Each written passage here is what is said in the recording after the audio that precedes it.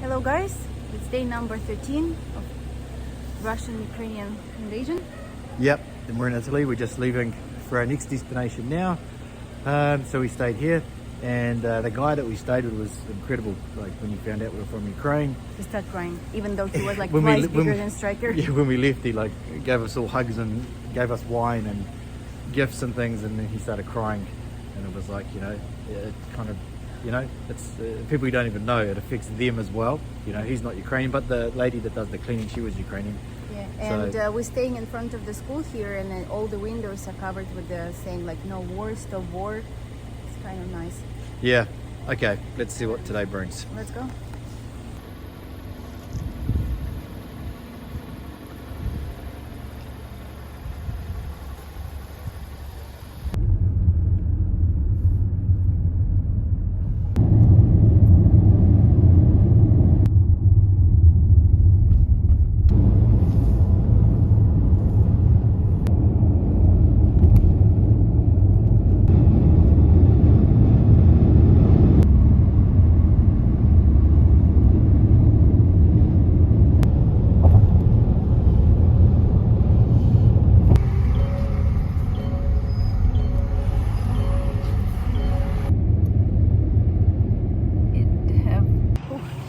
Good evening, guys.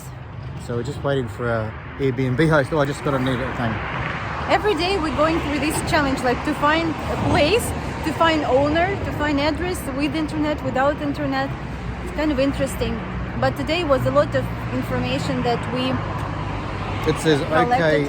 okay, Jay arrived. So that makes no sense either. So obviously they don't speak English. So she's telling us that we've arrived. We already know that. Yeah, so we will get back definitely to Ukraine multilingual, and we start learning Spanish while we drive. But it definitely feels a bit warmer. Это как мой магазинчик на Морозливской. Они все закрыли, мы не успели. They just got closed. Мы только ехали, они все закрыли. The shop is the last shop that is open here because it's already 9 p.m. and it's just vegetables. If you've been with me in Odessa, you know that I also have. Wait, I just got stuck. Strawberry. Everything looks so good here. All these vegetables and fruits. Incredible, especially when you're super hungry.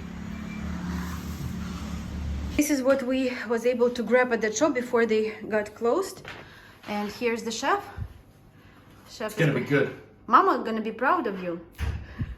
Both mamas. Okay, so this cost 16 euros. I don't know, like it's rice, potato. This is like chirimoya because my mom tried in Spain and he gave it for free. He saw my eyes how I wanted. He gave this for free. He gave one onion for free. And here what we've got. So we'll see what he can make out of that. Mm-hmm. Well, let's see what chef made for us. I think it's pretty good considering we didn't have much time. And this is a bottle of wine that the last host at the Airbnb he gave to us. He was crying when we were leaving. He was crying when we left. He was such a nice guy. Yeah, so we are grateful for this food. We know that there are people that don't have food. And we're grateful that we are all together and we are safe, and we hope and pray that everyone back home is all good too. They even have these fake flowers on the table, very nice. Okay, enjoy our meals. Good evening, everyone.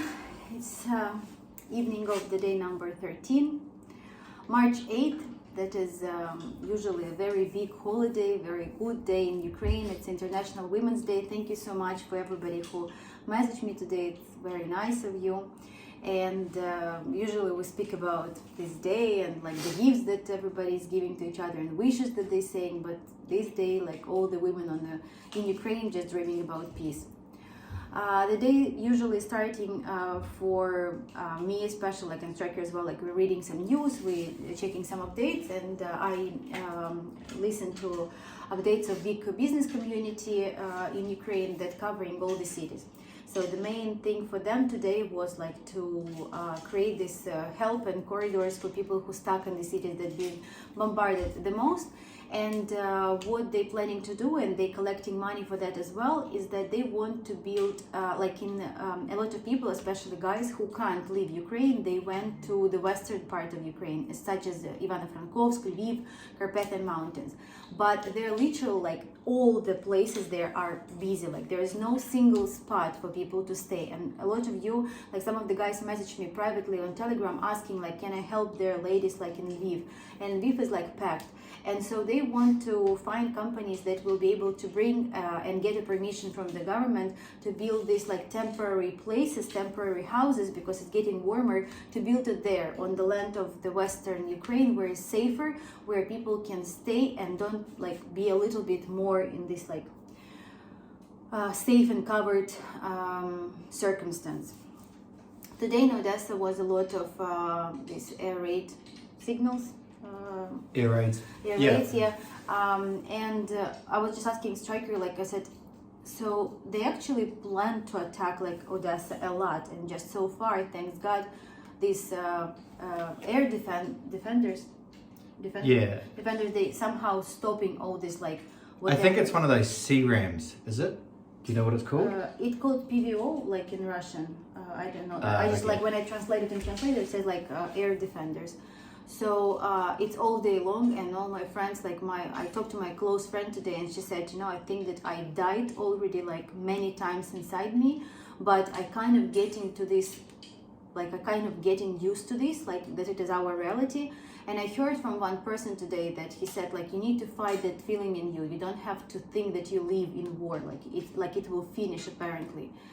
And Russia really like breaking all the news and all the agreements that they're having. So yesterday was some kind of agreement that they was trying to make. They breaking everything. Like they're not following any single thing. Even when they said that there are going to be some time for some city that people will be able to evacuate, there are going to be some food, something. They at the same very time they bombarding exactly that spot. I have no idea what's going on. Like if somebody can explain what is happening. I got sent a pretty shocking video today by somebody, and it was a car that kind of like just drove up to an intersection, and a tank was coming around the corner, and the car like stopped, it saw the tank, and then the tank just like blew it up with people inside it. And I think that the army that the Russians have is kind of a little bit out of control. There's a lot of rogue people in there. There's probably people that don't want to be there. There's probably people that are just gun-ho, that just want to shoot stuff, that they finally got to drive a tank and got their hands on guns. So I think it's all a little bit of a mess. And I think that maybe even if that was the case where the orders were like not to do certain things, I don't think they can control it anyway. So, I don't think that it doesn't seem to be under a lot of control. Like there's a lot of stuff that you watch of clips and things like that of these tanks driving, like armored vehicles driving around with flat tires and stuff. And it's like, so you want to believe that the Russian army is unorganized. They're not capable of carrying out the mission that they've got. That's why it's taken so long. But then you watch other news where it's like, no, it's all strategic. They've allowed for these vehicles to break down and seize up and stuff like that. But it's all part of the plan, and they position themselves certain kilometers away so they can still, have these places for to bring bodies and to bring injured people in to fix the vehicles and all that sort of stuff. So you don't actually know. Like we all have no idea whether or not it's going to plan or whether he's losing the battle. Like now he's getting the Syrian army to come in, and I think it's Syria, right? Syrian army to come in and fight. Like, why would he be doing that?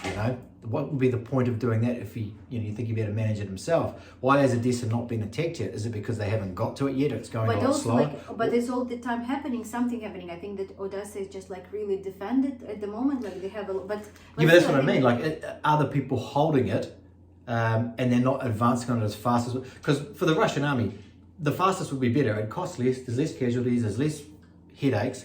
But it's taking a long time to really get there. They seem to be moving slower. That 40-mile long convoy hasn't moved in days.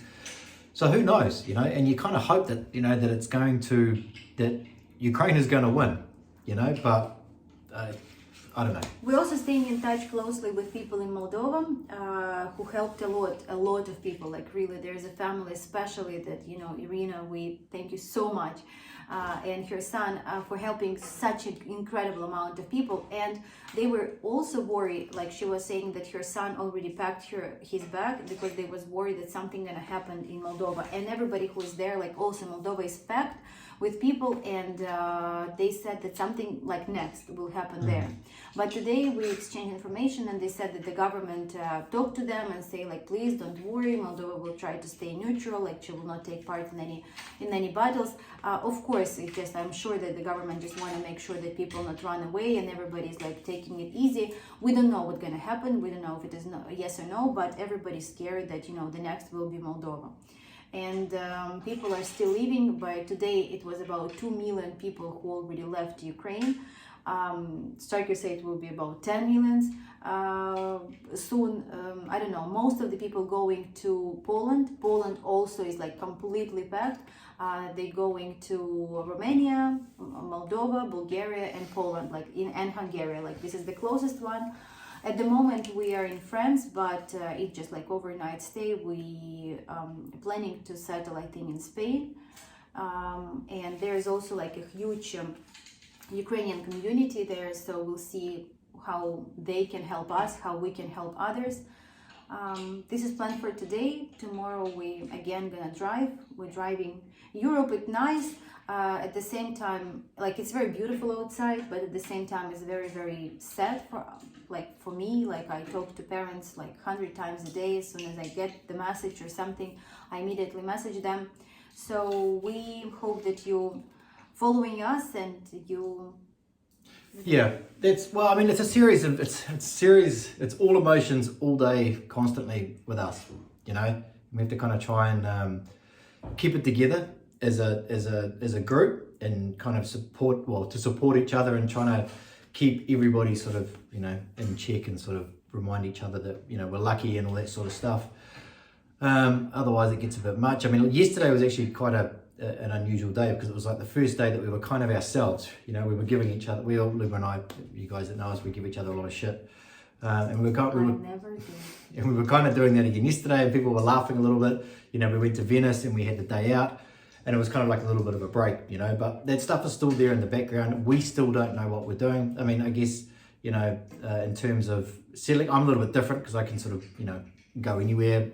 With Luba being Ukrainian, she can as well and stay longer as well, you know, so there's all these different parts of the plan, you know, and I want to help obviously Luba as much as I can throughout this whole thing. So it's all up in the air, but you know, as I keep saying, it's like whatever happens, it's going to be fine, it's going to work out. But it made me understand and appreciate Ukraine so much better. Yes, we don't have good roads. Yes, we don't have like whatever. I don't care. I just want to go home. Like, I just, like, even like all these places we're staying and everything, like, people are awesome, you know. Yes, I want to say that people that we're meeting along the way is absolutely incredible, especially the guy like in Italy.